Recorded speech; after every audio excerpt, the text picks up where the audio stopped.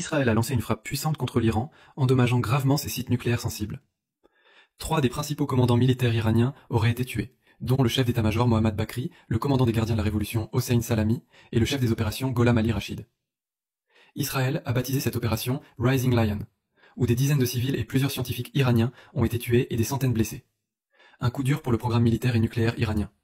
Israël maintient que la frappe était destinée à empêcher l'Iran de devenir une puissance nucléaire. Depuis la frappe, les Iraniens sont extrêmement en colère. Il s'agit de l'attaque la plus violente contre le pays depuis 1980.